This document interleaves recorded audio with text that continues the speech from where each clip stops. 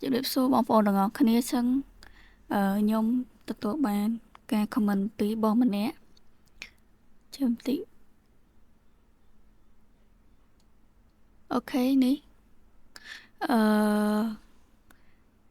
ការ comment នេះក៏គាត់សុំការផុសក្នុង TikTok USA ផងបងតើត្រូវបើក VPN រហូតអត់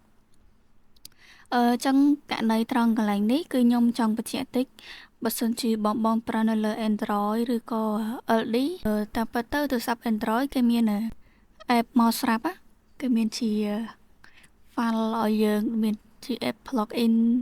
ក៏ដូចជា app TikTok ហ្នឹងហ្មងអញ្ចឹងនៅពេលដែលបងប្រើគូផ្សំពីរហ្នឹងគឺអត់ហត់បើក VPN ទេហើយតាក់ទងមួយ LD ក៏ខ្ញុំប្រើដែរបើក VPN ដែរក៏ប្លែកតែនៅលើទូរស័ព្ទដៃ iOS ទូរស័ព្ទដៃ iOS គឺត្រូវបើក VPN direct ហ្មងគឺនៅពេលណាដែលយើងចូលទៅលេងចូលទៅផុសក្នុង TikTok អាមេរិកហ្នឹងគឺខ្ញុំតែងតែបើក VPN ជានិច្ចនៅពេលដែលខ្ញុំអត់បើក VPN វាអត់មាន load អីកន្លែងមុខងាររលុយវាបាត់កន្លែងមុខងាររលុយអញ្ចឹងចាំមើលខ្ញុំសារឲ្យមើលបន្តិច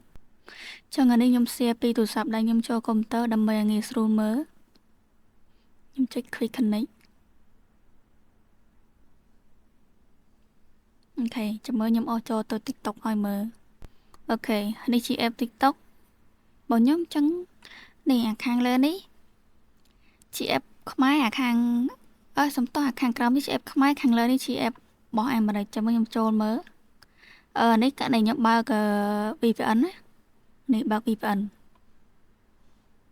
អូខេខ្ញុំចូលទៅកាន់ TikTok ចឹងខ្ញុំចូលទៅកាន់ profile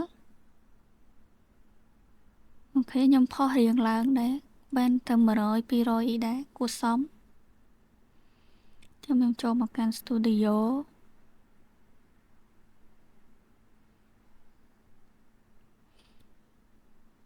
ត្រង់កន្លែងនេះនៅពេលដែលយើងទទួលបាន500 follower ឬក៏1000 follower វានឹង load កន្លែងលុយឲ្យយើងload លុយឲ្យយើងមើលអញ្ចឹងខ្ញុំអស់មើលមុខងារមុខងារទាំងអស់មាន2 4 6 7មុខងារណា7មុខងារសំខ្លាំងជាងគេគឺអាមួយនេះគឺខ្ញុំតែងតែលេងវាជាប្រចាំចឹងឧទាហរណ៍ថាខ្ញុំ disconnect VPN វិញហើយខ្ញុំធ្វើការអស់ clear វាចោលខ្ញុំសុំស្កប់តិចហើយខ្ញុំចូលមកកាន់ profile ខាងយើងមកនេះ profile ខាងស្ដាំដៃអូខេហើយយើងចូលមកកាន់ tray 3ខាងលើហើយយើងចូល TikTok Studio ចឹងខ្ញុំអស់ចុះមកក្រោមតិចហើយយើងធ្វើការមើលមុខងារចឹងអានេះ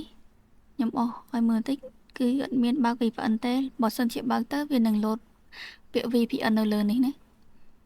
ចឹងយើងអាចមើលបានថាមុខងាររលុយវានៅសល់ចំនួនប្រមាណសល់2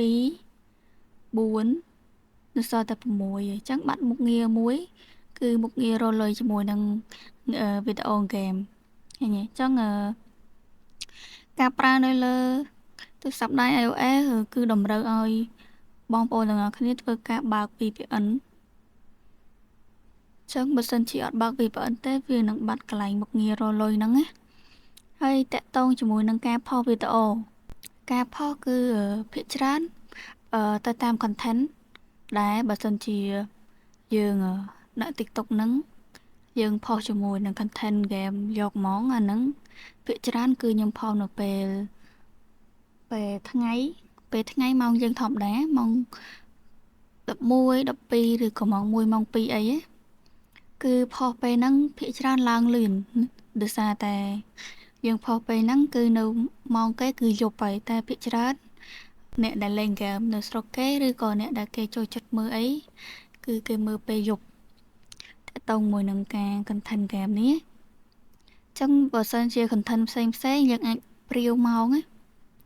តែខ្ញុំដឹងតែ content game នេះមួយឯដោយសារតែ TikTok ខ្ញុំភាគច្រើននៅពេលដែលបង្កើតមកខ្ញុំផុស game យកមក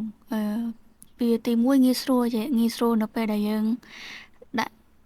យើងគ្រប់ follower សម្រាប់ធ្វើការផុសវីដេអូ game ឲ្យគេ នៅពេលដែលយើងផុស game direct ទៅចឹងហ្មងវាមាន view យើងច្រើនណាដោយសារតែយើង account របស់យើងវាផុស game ស្រាប់ចឹងបើសិនជាបងគាត់លេង content ផ្សេងក៏បានដែរហើយក៏វាងាយឆាប់ផ្ទុះជាង content game នេះដែរបើសិនជាបងមានចម្ងល់តាក់ទងជាមួយនឹងការផុសទៀតឬក៏តាក់ទងជាមួយនឹងការធ្វើ Facebook អីផ្សេងអាចធ្វើការ comment នៅខាងក្រោមបានខ្ញុំនឹងធ្វើវីដេអូបកស្រាយប្រាប់ចឹងណាត្រង់កន្លែងណាដែលខ្ញុំចេះតាក់ទងជាមួយនឹងការផុសយើងអាចយក content គេផ្សេងមកផុសបានណាមិនថា content ប្រភេទអីទេយើងអាចទៅយកពី Facebook យកមកផុសឬក៏សំទោសយកពីYouTube មកផុសណាចឹងខ្ញុំនឹងធ្វើការចែករំលែកនៅ app មួយទៀតសម្រាប់ធ្វើការ download វីដេអូហើយយកមកផុសគឺវាងាយស្រួលដែរ app មួយហ្នឹងចឹងខ្ញុំធ្វើការចេញនៅវីដេអូក្រោយអូខេអរគុណច្រើនជម្រាបលា